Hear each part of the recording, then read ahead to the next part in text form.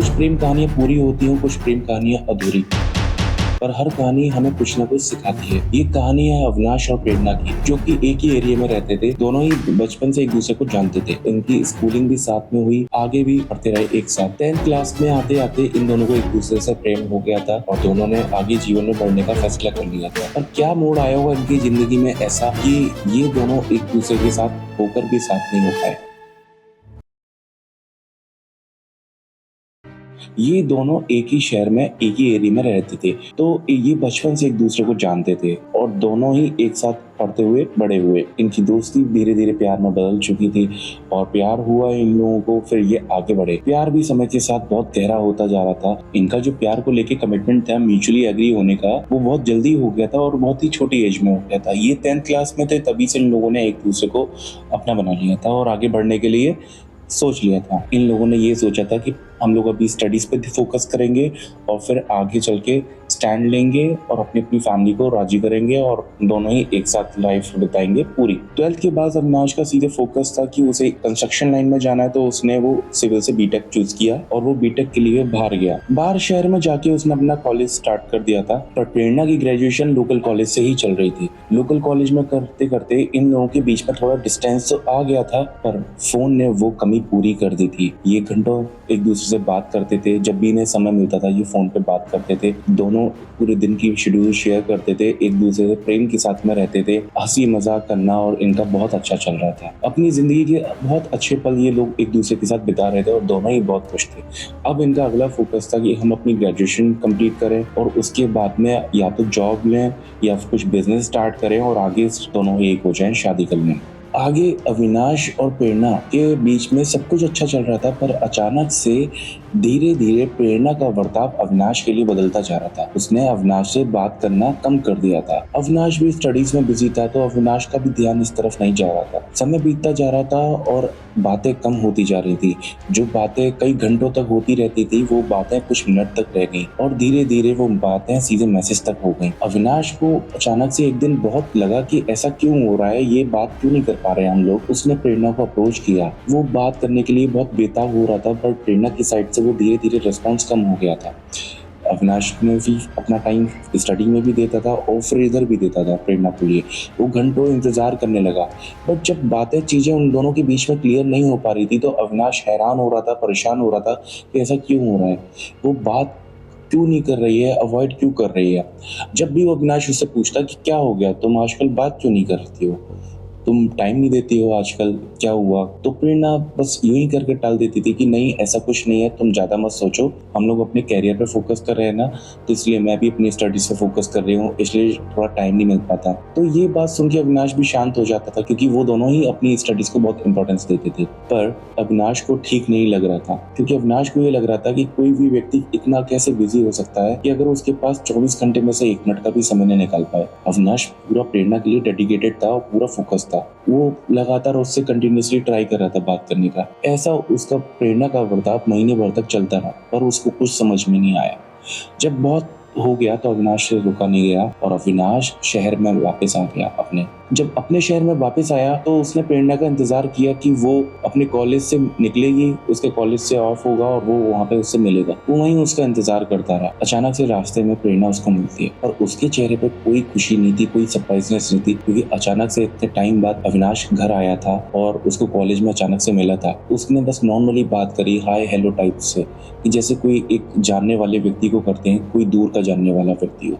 अविनाश को ये बर्ताव और भी खल रहा था। उसने पूछा, क्या हुआ, तुम्हें कुछ इश्यू है, मेरे से कोई गलती हुई है तो मुझे बताओ, तुम्हारा ये रुका रुका बर्ताव मुझे समझ में नहीं आ रहा, तुम ऐसे क्यों कर रही हो। पर प्रेरणा ने फिर भी जवाब यही दिया, नहीं ऐसा कुछ नहीं है, तुम ज़्यादा सोच रहे हो, और बताओ तुम कैसा चल रहा है वहाँ पे, नए शहर में तो नए नए लोग मिलेंगे, तुम्हारे तो नए दोस्त भी बने हैं, तो कैसा चल रहा है उनके साथ, तो वहाँ कैसा सब कुछ अच्छा लग रहा है। ये क्या प्रेरणा ने बात टाल दी। अविनाश ने बात घुमाते हुए दोबारा उस बात पे आया कि नहीं, मुझे ये सब नहीं बात करनी, मुझे तुमसे ये जानना है जिस वजह से मैं इतनी दूर से आया हूँ, कि तुम बताओ मुझे कि तुम्हें क्या हुआ है, तुम टाइम क्यों नहीं दे रही हो, ऐसा क्या हुआ है, अगर मेरी साइड से कोई कुछ गलती है तो मुझे बताओ, या फिर तुम्हारी लाइफ में कोई और है तो मुझे बताओ। जब अविनाश ने ऐसा बोला तो प्रेरणा ने उसको बहुत चिल्ला के रेस्पॉन्स किया, हाउ डेयर यू, तुम ऐसा सोच कैसे सकते हो, मतलब तुम्हारी हिम्मत भी कैसे हुई, मैंने सिर्फ तुमसे प्यार किया है और मैंने कभी किसी और की तरफ नहीं देखा, तुमने ऐसा सोचा भी क्यों।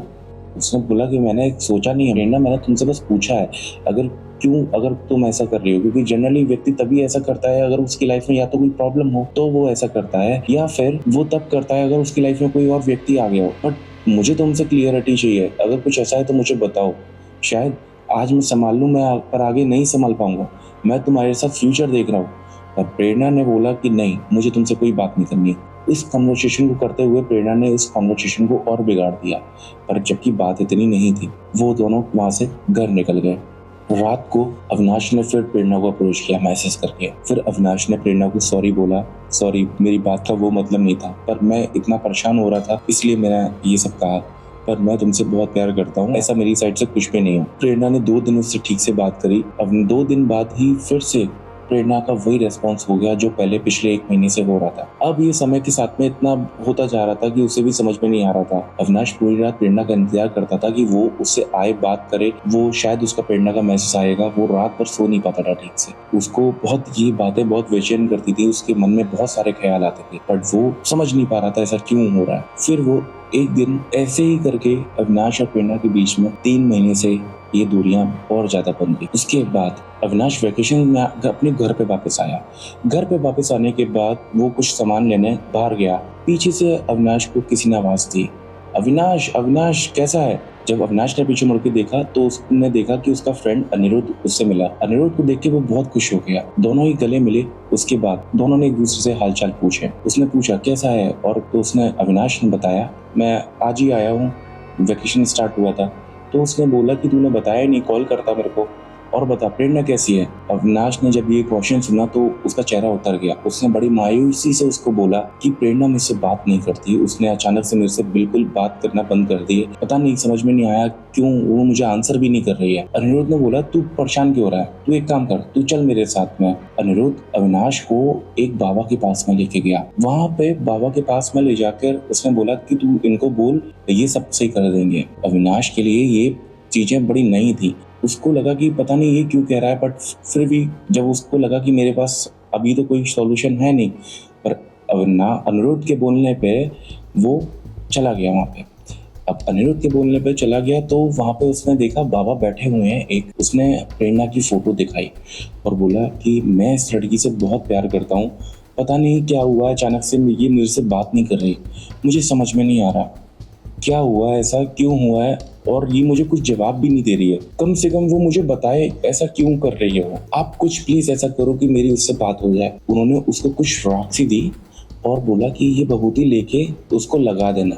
अब वो भभूति लेके अविनाश वापस आ गया। अविनाश इंतजार कर रहा था और सोच रहा था कि ये मैं प्रेरणा को कैसे लगाऊं कि शायद उसमें कुछ मैजिक हो जाए और वो मेरे से बात करने लगे। उसको समझ में नहीं आ रहा था।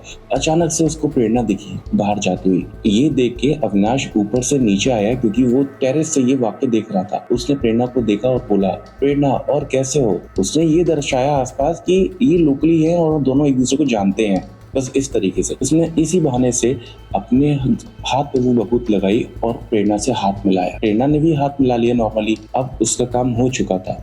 जो भभूत लगाने को बोला था वो उसने लगा दी थी और ये हाय हेलो करके प्रेरणा वहां से चली गई। वो भी बहुत खुश था कि चलो ठीक है ये हो गया। बाबा ने कहा है ये लगाने से कुछ चमत्कार तो जरूर होगा। अनिरुद्ध भी कह रहा था कि इन बाबा के पास हर चीज का सॉल्यूशन मिलता ही मिलता है, तो परेशान मत हो। वो वेट करने लगा। उस रात प्रेरणा का कोई मैसेज या कॉल नहीं आया। प्रेरणा ने बस केवल उससे हेलो अचानक से इसलिए कर लिया था क्योंकि वो घर के आसपास के माहौल में कुछ भी बिगाड़ना नहीं चाहती थी। वो ये नहीं चाहती थी किसी को भी इन दोनों के बारे में कुछ भी पता चले, इसलिए उसने एक नॉर्मली उसे हैंडशेक किया और वो निकल के चली गई। अब अगले दिन फिर से अविनाश इंतजार कर रहा था। प्रेरणा का कोई मैसेज या कॉल नहीं आया। अविनाश बहुत परेशान हो रहा था। ऐसे ही करके 6 दिन बीत चुके थे। 7वें दिन प्रेरणा का अचानक से मैसेज आया, हाय अविनाश कैसे हो। ये मैसेज देख के अविनाश के मन में जो खुशी का कोई ठिकाना नहीं था। अविनाश मानो बहुत ऐसा हो गया था कि उसको क्या मिल गया हो। उसके मन में बहुत सारे क्वेश्चन थे। हाय प्रेरणा, एटलीस्ट तुमने मेरे को रिप्लाई तो किया। उसने बहुत जल्दी बहुत सारे क्वेश्चन उसको टाइप किए। प्रेरणा ने बोला वो सब छोड़ो, तुम बताओ और कैसे हो? जब उसने दोबारा से प्रेरणा से पूछा कि तुम एटलीस्ट मुझे बताओ तो सही, प्रेरणा ने बोला बस मुझे घर पे टाइम नहीं मिल पा रहा था, फैमिली होती है तो फिर इतना पॉसिबल नहीं हो पाता, आजकल मेरी मदर भी मेरे पास में ही सोती हैं तो मैं बात नहीं कर पाती। ये कहकर उसने ऐसा करके टाल दिया। अविनाश ने भी इन बातों को जाने दिया। उसके मन में बहुत खुशी थी कि प्रेरणा उसकी लाइफ में फिर से वापस आई है और फिर से उससे बात कर रही है। वो लोग पहले की तरीके से बात करने लगे। 3 महीने हो गए थे इनकी बातचीत करते हुए। अचानक से फिर से सेम प्रेरणा का वही वर्ताव चालू हो गया और उसने फिर से बात करना कम कर दिया और धीरे धीरे उसको अवॉइड करना चालू कर दिया। ये वर्ताव उसके लिए, अविनाश के लिए नया नहीं था। उसको लगा फिर से शायद कुछ गड़बड़ है। वो फिर से उन बाबा के पास में गया, उनको बोला बाबा उसने फिर से मेरे से बात करना बंद कर दिया। आज 3 महीने तक बात कर रही थी और आज 1 हफ्ता हो चुका है, मेरे से प्रेरणा बात ही नहीं कर रही है। फिर से उसने बिल्कुल वैसे ही जैसे उसने पहले बात करना बंद किया था वैसे ही सेम तरीके से मुझसे बात करना बंद कर दिया।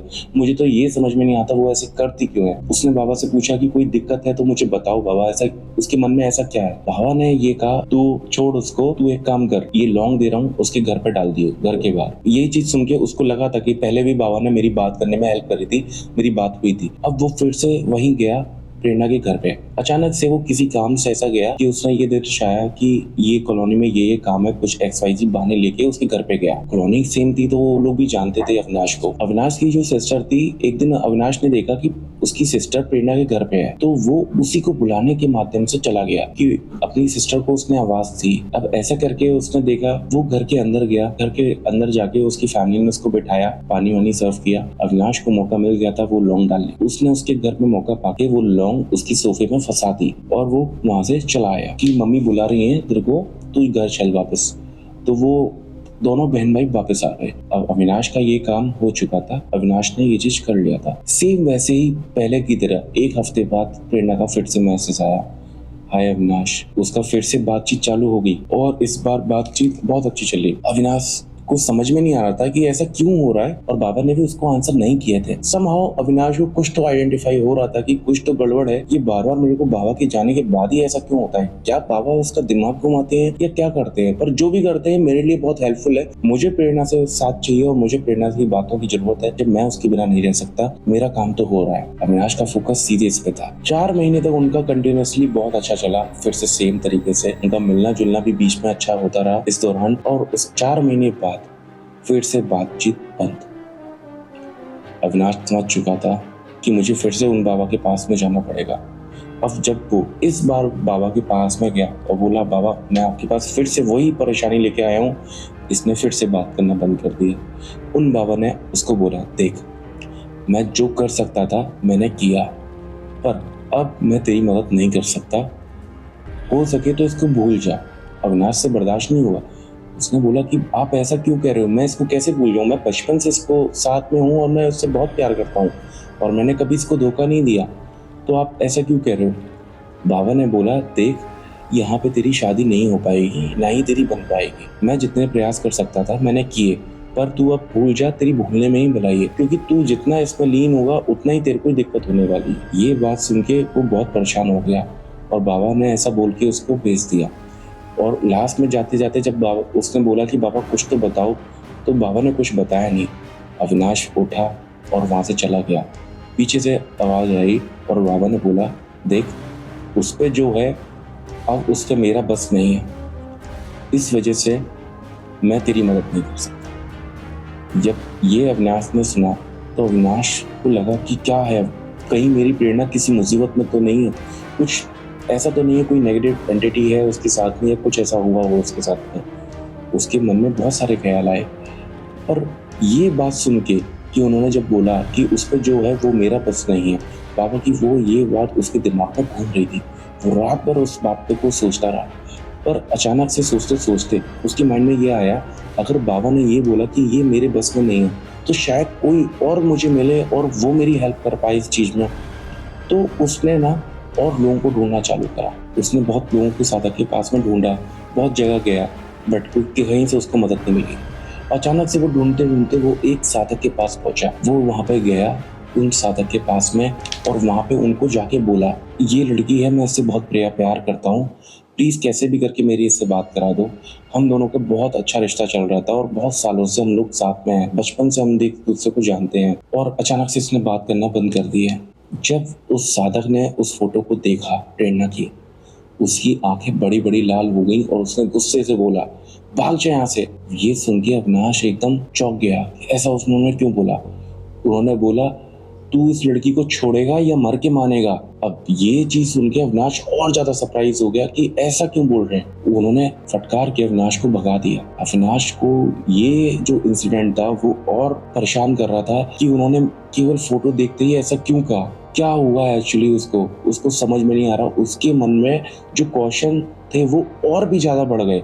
ना तो प्रेरणा बात कर रही थी उससे, ना ही जो जिन बाबा के पास वो जाता था उन्होंने उसकी मदद करी, और अब वो जैसे तैसे किसी एक साधक को मिला भी, बाकी सबने मना कर दिया उसका काम करने से, और इनके पास गया तो उन्होंने फोटो देख के ही अचानक से ऐसी चीजें क्यों कही, क्या हुआ ऐसा, क्यों वो ऐसा बोल रहे हैं। ये बहुत सारे क्वेश्चन थे। ये सब चीजें उसके दिमाग में चल रही थी। वो अपनी पढ़ाई पे भी कॉन्सेंट्रेट नहीं कर पा रहा था। प्रेरणा का वो इंतजार करता रहता था और प्रेरणा वो मुंह फेर के उसके पास से निकल जाती थी। सामने से निकलने के बाद प्रेरणा उसको इतनी तरीके से, बुरी तरीके से इग्नोर करती थी कि जैसे उसको जानती नहीं है। अब ये सब चीजें अविनाश से नहीं बर्दाश्त हो रहा था। फिर अविनाश को कहीं वाया वाया से मेरा रेफरेंस मिला। अविनाश मेरे पास आया। अविनाश ने प्रेरणा की फोटो दिखाई और बोला कि मैं इससे बहुत ज्यादा प्यार करता हूँ। ये इसने मुझसे अचानक से बात करना बंद कर दी, मेरे से रहा नहीं जा रहा, प्लीज मेरी हेल्प करो। जब मैंने ये चीज देखा, प्रेरणा की फोटो, और उसको ध्यान में देखा, तो मैंने देखा तो मुझे दिखा कि उस पर काफी बार तंत्र बाधा करी गई है, और ये 2 जगह से हुआ था, एक अविनाश की साइड से और एक उसकी मदर की साइड से। और कुछ दिक्कतें थी जो अविनाश और प्रेरणा को अलग करने के लिए भी हुआ था। ये सब चीजें मैंने अविनाश को बताई कि इस पे ऐसा ऐसा चीजें हुई हैं और कुछ चीजें तुमने भी करी हैं। अविनाश सरप्राइज था कि मैंने तो ऐसा कुछ नहीं किया। जब मैंने उसको बोला कि तुमने उसको कुछ लगाया था क्या, या कुछ लौंग वगैरह उसके घर में डाली थी, तो अविनाश ने बोला, हाँ मैं बाबा के पास में गया था तो उन्होंने ऐसा ऐसा दिया था तो मैंने किया। और उसके बाद मेरी बातचीत चालू हुई। मुझे लगा शायद बाबा ने कुछ चमत्कार किया हो और ऐसा किया हो। तब मैंने उसको बोला कि ऐसा कुछ नहीं है, इस पे तंत्र बाधा तुमने जो किया ना, उसकी वजह से उसकी बॉडी में सिम्टम्स भी होते हैं। तुमने क्या किया है तुम्हें पता ही नहीं है। तुमने अपनी प्रेरणा को, जिसको तुम प्यार की बात कर रहे हो, उसी पे जादू किया। उस पे जादू उसकी माँ ने भी किया, तुमसे अलग करने के लिए भी और उसको अपने वश में करने के लिए भी। अविनाश को मेरी बातों पे यकीन नहीं हुआ। अविनाश ने बोला कि मैं ये सब चीजें नहीं मान सकता कि उसकी मदद कर सकती है। मैंने बोला अविनाश को, ठीक है, जिस दिन तुम्हारे सामने भी आ जाएगा, और जब सामने आ जाए तो तब तुम मेरे सामने आ जाना, तो वापस आ जाना, कोई दिक्कत नहीं है, मैं ये सब चीजें काट दूंगा। अब ऐसा कह के वो चला गया अविनाश। अचानक से एक वाकया ऐसा हुआ कि कुछ टाइम बाद ही अविनाश को प्रेरणा की मदर दिखी जाती हुई। अविनाश ने प्रेरणा की मदर को फॉलो करना चालू किया। उसको फॉलो करते करते अविनाश वहीं पहुंच गया जिस साधक ने उसको लथाड़ के भगाया था। अविनाश ने उस तांत्रिक के पास में प्रेरणा की माँ को देखा तो वो हैरान रह गया था। उसको समझ आ चुका था कि क्यों उन्होंने उसको लथाड़ के भगाया। वो समझ चुका था कि मुझे आज सारे जवाब मिल गए। वो भागा भागा मेरे पास आया, मेरे को बोला कि आपने जो बताया था वो बिल्कुल सही था। मैंने उसको बोला कि देखो, मैंने तो तुम्हें बताया ही था कि तंत्र उस पे हुआ है और तुम पे भी हुआ है और उसकी मदद करवा दी, पर तुम ही यकीन नहीं कर रहे थे, तो मैं क्या कर सकता हूँ उसमें। उसने बोला कि आप जो भी है वो सब चीज़ें काटो। मैंने बोला कि पहले कि तुम्हें पता भी है कि तुमने क्या किया हो। तुमने उस पे इतनी तंत्र बाधा करवाई। तुमने जो पहली बार रखिया दी थी उसमें एक चुड़ैल थी, दूसरी बार जो रखिया दी थी उसमें एक प्रेत को आगे किया था, तीसरी बार में भी तुमने जो इधर उधर से ट्राई किया था वो चीज़ें करी गई थी, पर उस पे तुमने बार बार प्रेरणा पे ये तंत्र बाधा करवा रहे थे, और जो कि प्रेरणा पे डायरेक्टली असर कर रही थी। वो तुम्हारी तरफ फेवर में तो हो रही थी, पर कहीं ना कहीं उसकी हेल्थ पे इम्पैक्ट कर रहा था। वो तंत्र में जो चली हुई एंटिटीज हैं वो उसके साथ में रहना ही चालू कर दिया था, जिसकी वजह से उसको हेल्थ इश्यूज भी जरूर हुआ होगा। तो अविनाश ने बोला कि हाँ, उसको कुछ तो हेल्थ इश्यू रहते थे, उसकी तबीयत ठीक नहीं रहने लगी थी। मैंने उसको यही चीज़ बताई कि इसी वजह से वो ऐसा हो रहा है, और दूसरा उसकी मदर भी कर रही है। तो अविनाश ने जब ये सारी चीज़ें जानी तो वो बहुत हताश हो गया, बहुत निराश हो गया, वो रोने लगा। मैंने उसको बोला कि रोने का कोई फ़ायदा नहीं है, अपनी गलतियों को ठीक करो। तो उसने बोला कि मैं बिल्कुल ठीक करूँगा, मेरे से जो गलती हुई वो बिल्कुल मैं ही सुधारूंगा। मैंने जो तंत्र किया है वो सारी चीज़ें काट दीजिए, और जो उसकी मदर ने भी करवाया है वो आप सारा काट दीजिए। मैंने वो सारा तंत्र बाधा काटी, एक एक करके सारी तंत्र खत्म हुआ। पर हुआ क्या प्रेरणा की माँ रुकने का नाम ही नहीं ले रही थी। वो बैक टू बैक उन पर तंत्र कराई जा रही थी, वो अपने कंट्रोल में करना चाहती थी। प्रेरणा की मदर का थोड़ा नेचर भी ऐसा था कि अपने बच्चों को ना वो कंट्रोल में करना चाहती थी।